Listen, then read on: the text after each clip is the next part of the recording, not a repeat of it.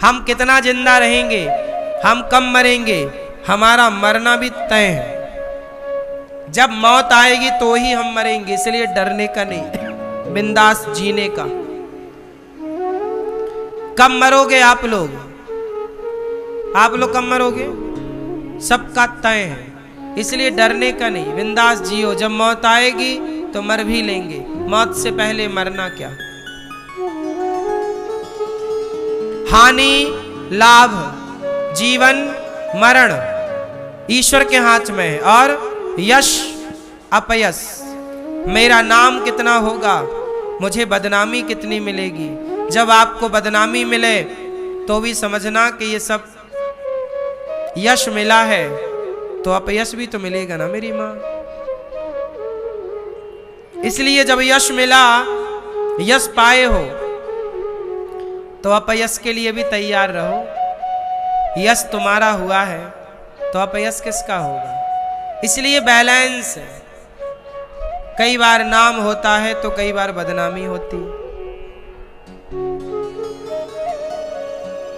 ये सब कुछ ईश्वर के हाथ में, इसलिए सब ईश्वर का खेल है। मस्त रहा करो, चलो, ये सब ईश्वर की लीला है। क्या करें, हमें कोई अच्छा कह रहा है, यह भी ईश्वर की लीला है।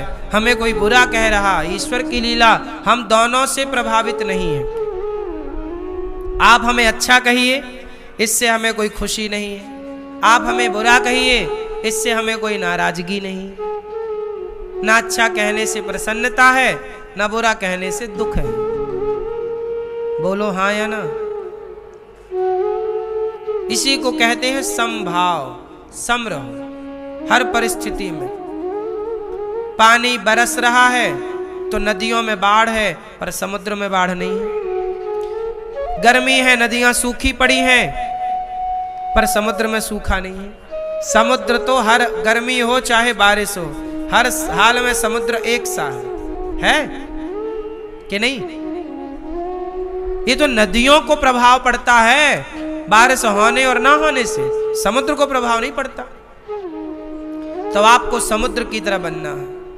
कोई आपका सम्मान करे तो भी खुश रहो, अपमान करे तो भी खुश रहो, क्योंकि ये सब हाथ में तुम्हारे नहीं है ना। जान रहे हो कि सब ईश्वर के हाथ में, तो रो क्यों रहे हो, फिर परेशान क्यों हो। गुरु जी ने जो बात कही, भरत जी चरणों में प्रणाम किए और सोचय विप्र जो वेद विहीना। भरत जी को कह रहे हैं कि सोच तुम क्यों कर रहे हो भरत, तुमने कोई पाप थोड़ी किया। सोच है वो ब्राह्मण जो वेद नहीं पढ़ता, जो विषय में लयलीन है। सोच है वो राजा जो नीति नहीं जानता। सोच है वो धनवान जो बड़ा कंजूस है। सोच किसे करना चाहिए। आज एक लड़का मेरे से बोला, गुरुजी हम तिलक लगाते हैं, स्कूल कॉलेज में जाएंगे, अलग दिखेंगे, लोग हंसेंगे। हमने कहा तुम क्यों सोच रहे हो, तुम क्यों परेशान हो रहे हो। आज शर्म उन्हें आनी चाहिए जो झूठ बोल रहे हैं, शर्म उन्हें आनी चाहिए जो जुआ खेल रहे हैं, शर्म उन्हें आनी चाहिए जो शराब पी रहे हैं, शर्म उन्हें आनी चाहिए जो बहन बेटियों को छेड़ रहे हैं, जो तिलक लगा करके गले में तुलसी की माला लेकर चल रहे हैं। भला उन्हें किस बात की शर्म भाई। शर्म वो क्यों करें जिनको, जो माथे पे तिलक लगाए हैं। शर्म वो करें जो शराब पी रहे हैं। आज के लड़का शराब पी रहे हैं, सिगरेट पी रहे हैं, पराई बहन बेटियों को छेड़ रहे हैं, शर्म उन्हें आनी चाहिए। हम तिलक लगाए हैं, हमें काय बात की शर्म। हम सही रास्ते पर चल रहे हैं, हमें किस बात की शर्म। जब तुम्हें गलत काम करते हुए, गलत रास्ते पर चलते हुए तुम्हें शर्म नहीं है, तो हम सही राह पर चल करके किस बात की शर्म करें। हमें तो गर्व है कि हम सनातनी हैं और माथे पर तिलक है और गले में तुलसी की माला है, मुख में भगवान का नाम है।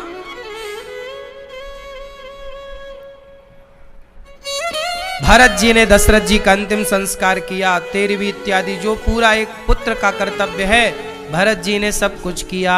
अब भरत जी सभा लगी, और सभा जब लगी ना मेरी माँ, तो सभा में निर्णय लिया गया कि भरत, अब गुरु वशिष्ठ जी आए।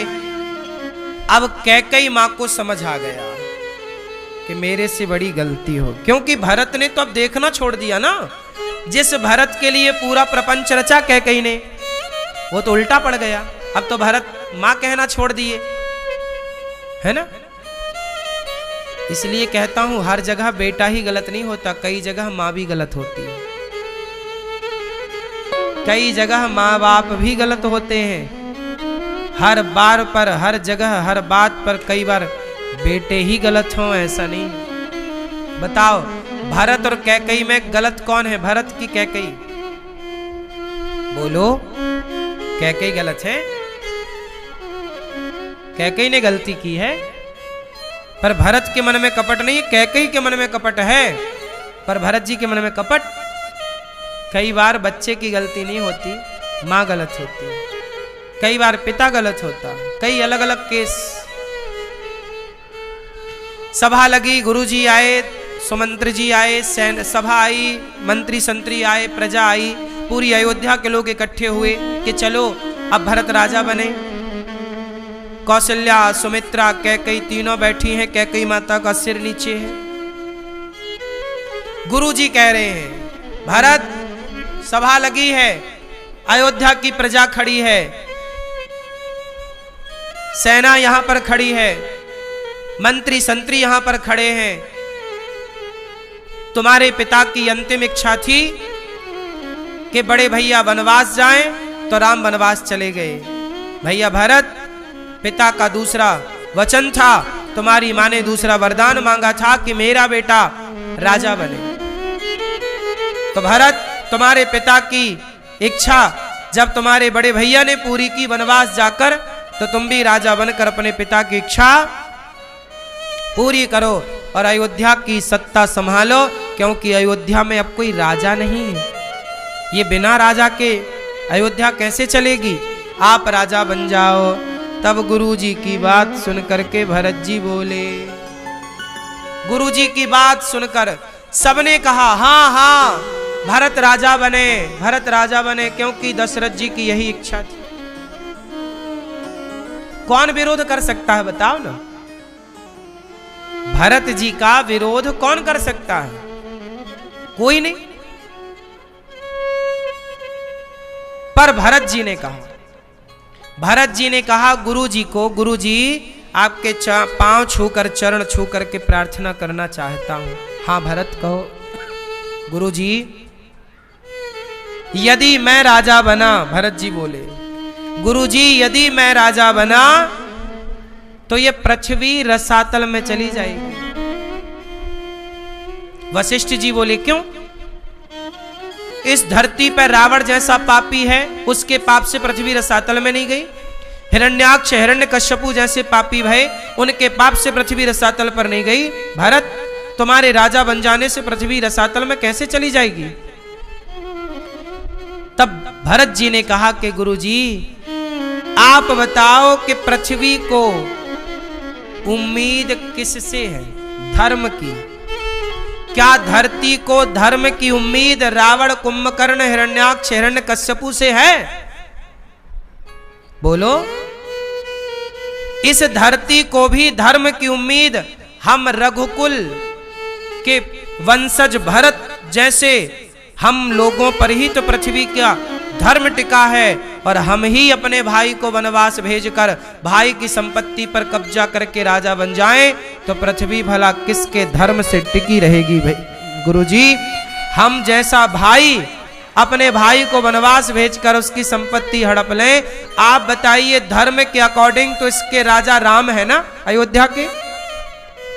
पिता ने यही तो घोषणा की थी कि राम राजा बनेंगे, वो तो मेरी मां ने षड्यंत्र खेल लिया। तो बताओ धर्म के अनुसार अयोध्या का राजा कौन बनेगा? राम।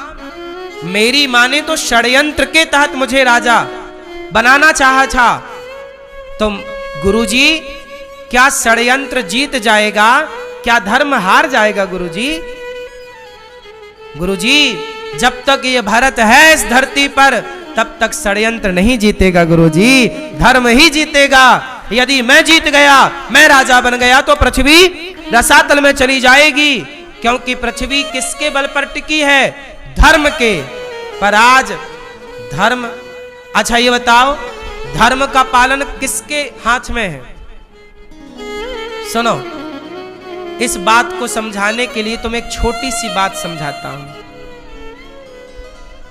सुनो, एक धोबी था, वो अपने गधे को लेकर के जंगल में चराने के लिए जाया करता था। ए भैया बैठ जाओ ना, पीछे के लोगों को नहीं डिस्टर्ब आप कर रहे हैं।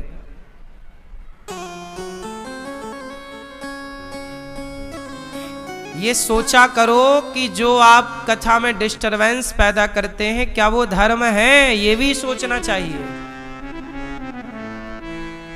एक गधा था, जंगल में गधा चराने धोबी गया, उसे एक चमकदार पत्थर मिल गया।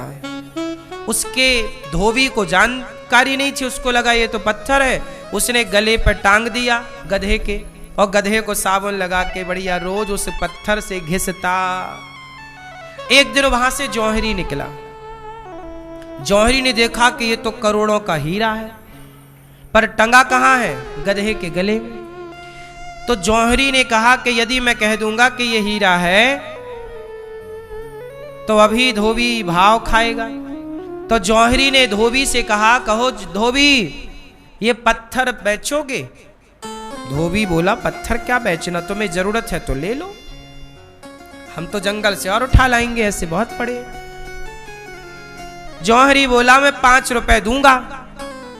धोबी को लगा पत्थर के 5 रुपए दे रहा, ठीक है ले जा, ले ले। धोबी बोला मैं दूसरा। अच्छा, धोबी को क्या पता, बेचारा भोला भाला, उसे लगा पत्थर है, ये तो पागल है, 5 रुपया दे रहा है। 5 रुपए लिए धोबी ने और जंगल चला गया। अब हीरा आया जौहरी के हाथ में। जैसे ही जौहरी के हाथ में आया, हीरा टूट करके टुकड़े टुकड़े हो गया। जौहरी बोला, वाह रे हीरा, अभी तो गधे के गले में लटक रहा था तब टूटा नहीं, और मुझे जौहरी के पास आया तो टूट कर टुकड़े टुकड़े हो गया।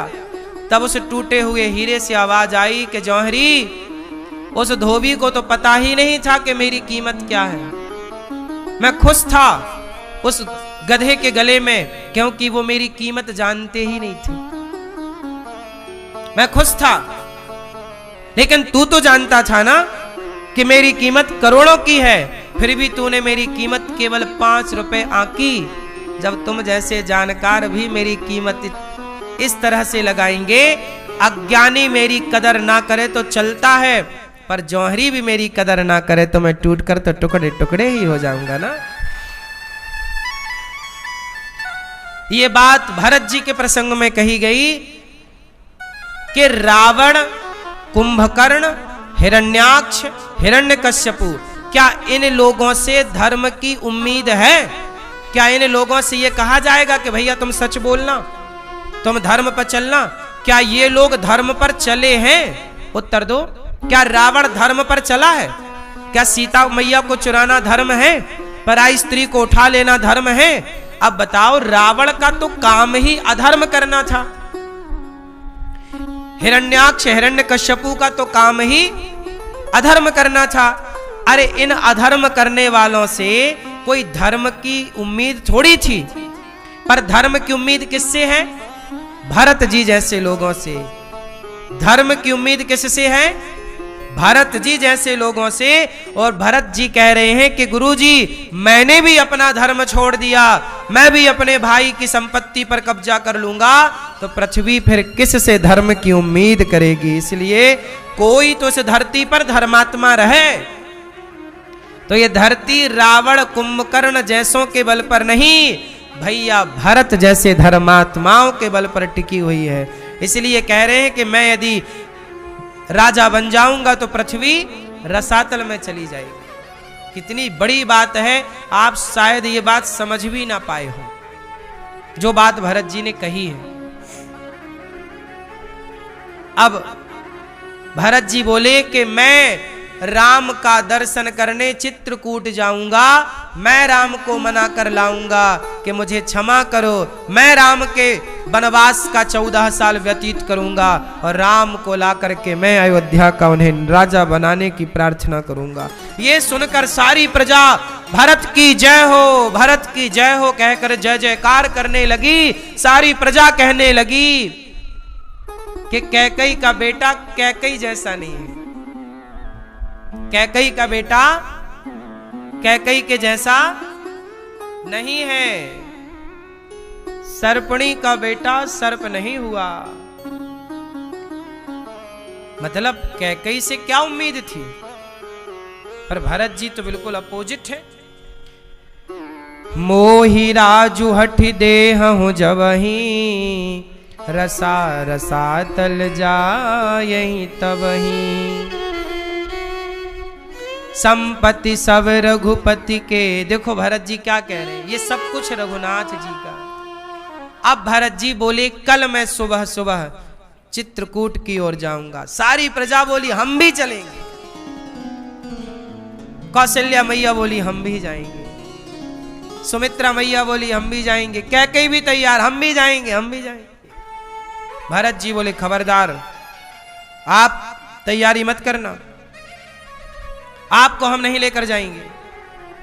तब भरत जी बोले कैकेयी नहीं जाएंगी। तब कौशल्या मैया बोली कि यदि भरत जी, कौशल्या मैया बोली कि भरत यदि कैकेयी नहीं गई तो कौशल्या भी नहीं जाएगी। देखो जरा कौशल्या मैया कैसी मां, हर बार कैकेयी का पक्ष लेती, जबकि कैकेयी ने कितना षड्यंत्र किया।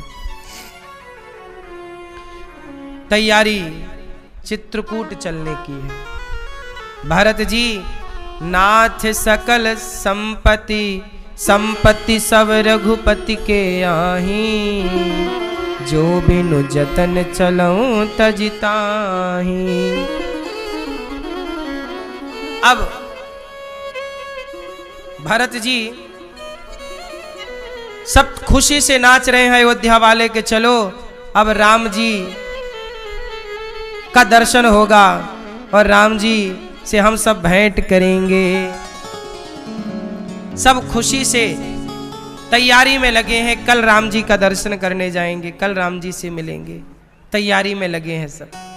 और भरत जी केवल राम राम राम राम जप रहे हैं और भरत जी केवल रो रहे हैं। भरत जी की आंखों के आंसू सूखे नहीं। कब ये दिन ढलेगा, कब रात्रि होगी, कल सवेरा कब होगा, कब जाएंगे। राम के बिना एक क्षण भरत जी का नहीं कट रहा है। हर क्षण भरत जी राम राम जप रहे हैं, राम राम राम। सवेरा हुआ, चल पड़ी पालकियां, पालकी, रथ, घोड़ा, सेना। चारों द्वार पर भरत जी ने सेना तैयार की कि अयोध्या की सुरक्षा करना। भरत जी सवेरे चले। भरत जी जब चले ना तो भरत जी नंगे पांव चले। भरत जी बोले मेरे राम पैदल गए हैं, मैं सिर के बल चलूं तो कम है। भरत जी चल रहे हैं। अब इसके बाद भरत जी थोड़ा आगे चले, तमसा नदी के तट पर विश्राम हुआ। दूसरा गोमती तीर निवास। इस तरह से भरत जी आगे बढ़ते गए और चलते चलते भरत जी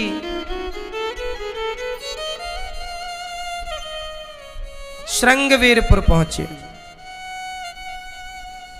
श्रृंगवेरपुर पहुंचे तो वहां पर निषाद सोच रहे हैं कि लगता है राम को मारने भरत जी सेना लेकर जा रहे हैं। उन्होंने तैयारी कर ली, भरत जी से निपटेंगे।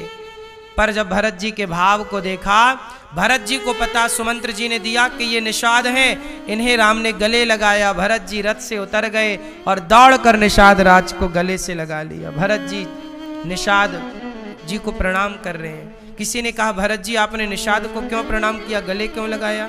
बोले जिसे राम ने गले लगाया हो से भला भरत क्यों ना गले लगाए।